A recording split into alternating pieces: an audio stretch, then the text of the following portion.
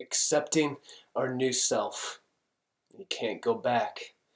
Once you accept Christ, there is a transformation that begins where old vices, things that may have pulled us into a false world of satisfaction, it doesn't work. And there are 17 verses that I just haven't really stored in my heart that I want to share with you in the month of November specifically. It's been something I've been trying to memorize, and it's the story. I mean, what these verses are in Colossians. It's the last 10, 12, maybe 15 years of my life with my spiritual journey.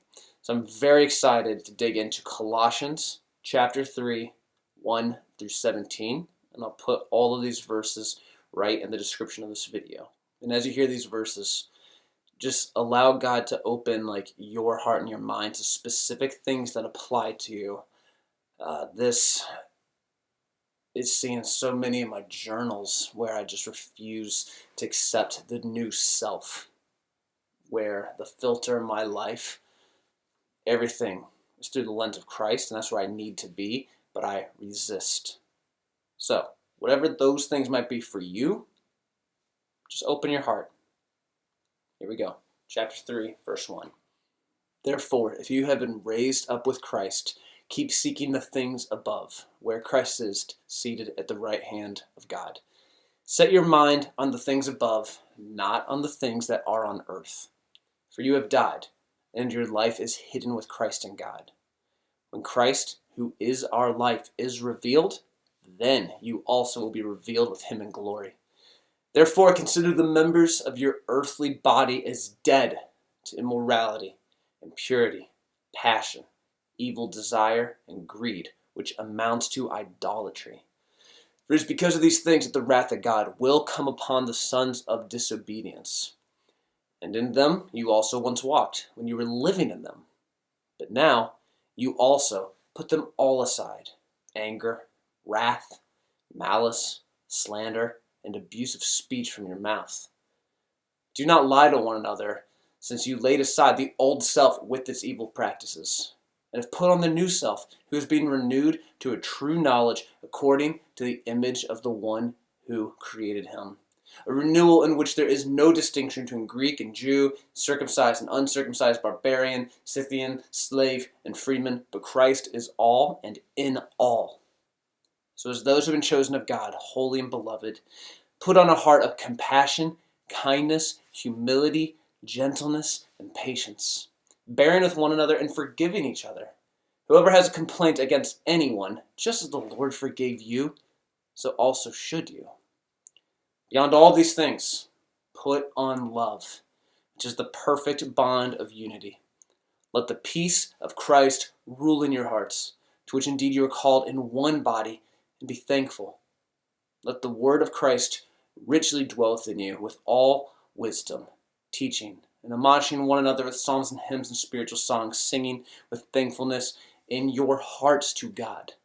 Whatever you do in word or deed, do all in the name of the Lord Jesus, giving thanks through him to God the Father. Surely something must speak to your heart within those 17 verses of your old self.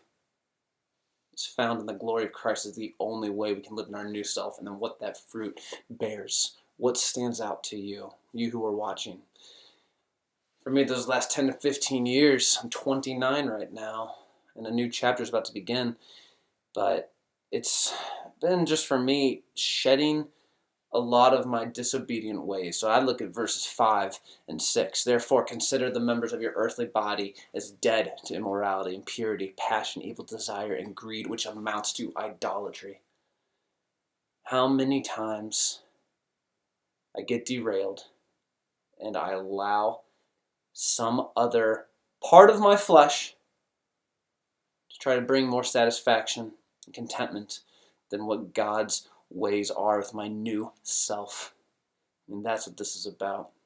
When I look at verses 7, because of these things the wrath of God will come upon the sons of disobedience, and them you also want to walk when you were living in them, but now put them all aside. This is the call. And we put on our new self, there's only one way to find this joy, purpose, and contentment. It is by putting on the new self and setting our mind on things above, which is in verse 2, not on the things that are on earth. This is why social media, a lot of these things can be dangerous when we set our mind on someone else's situation, lifestyle. Because verses 3 says, "For you have died and your life is hidden with Christ in God." Like, do we believe this? If we have died to our old self, we don't get the option of choosing what part of this new life with Christ. I mean, the old self is dead. This is the best news that could happen, because now we just need to walk in obedience with the path that has been laid out before us. We don't have to discover anything in our own control and our own power, but by putting on this filter where everything is inviting God into it, because our new self, we have to find out what that self even is with how God, Christ, how God would operate the spirits in us. So we have to discover that. That is what the joy is with our new self. We don't have to do anything apart from the Lord. And that is where so much confusion and things have happened in my life, where I am trying to operate outside of the Spirit. I am operating my own strength. I've talked about that in other videos, but I'm not inviting the Spirit into my decision making.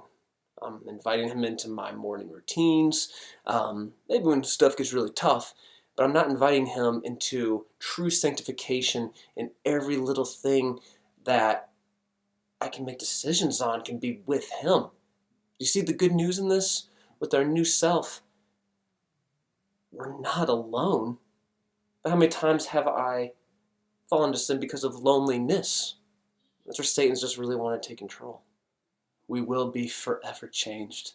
This is not some self-help motivational content. Your old self is dead. And this is the greatest calling, because it surpasses anything we ever know on this earth. It's going to eternal purposes. And you and I are called to it. The people in your life are called to it. That's what's so powerful later on, where it talks about there is no difference, but Jesus is all in love. That's what we should do above all else. The solution for so much of the world's pains, it's all right here. Look over these verses. And there's one other thing I really want to share with you, and it's in this teaching that our church is going through about the wholehearted life. But this is important. It says, living wholeheartedly did not make Jesus immune to pain and disappointment, being misunderstood, betrayed, mistreated, dismissed, mocked, run out of town, and ultimately abandoned by his closest friends. We will have pain. And it says, even though we will experience all the pains of life, we will not be overcome by those pains. That pain is where I have disregarded everything I just told you. The pain is where I have fallen off. The uncertainty of what's happening next, where it actually requires faith, is where I have fallen off. But Jesus himself wasn't immune to the pain. So as I'm looking through the character of Jesus having to go through the pain, ultimately at death, for his purpose, his glory to be revealed, I have been looking back on this last year specifically, 2019, having some very painful moments early in the year. But if those challenges can be used for God's glory, just like Christ had his pain and disappointments and everything be used for the glory of all salvation, like, that is how I am shaped. And my big question is, would I be obedient to God if it wasn't for the pain? We are chosen to take part in revealing his glory through our pain. There's so much just in this video that I've mentioned. Please just process it and find out where in your new life is God wanting you to just blossom and bear fruit for the kingdom. But where are you trying to go back to your old self? This is a very, very powerful passage, and I'm only halfway through memorizing it, but I think this would be very good for you to try memorizing as well. You are called to a whole new life. We'll never go back. Guys, thank you for everything. Blessings.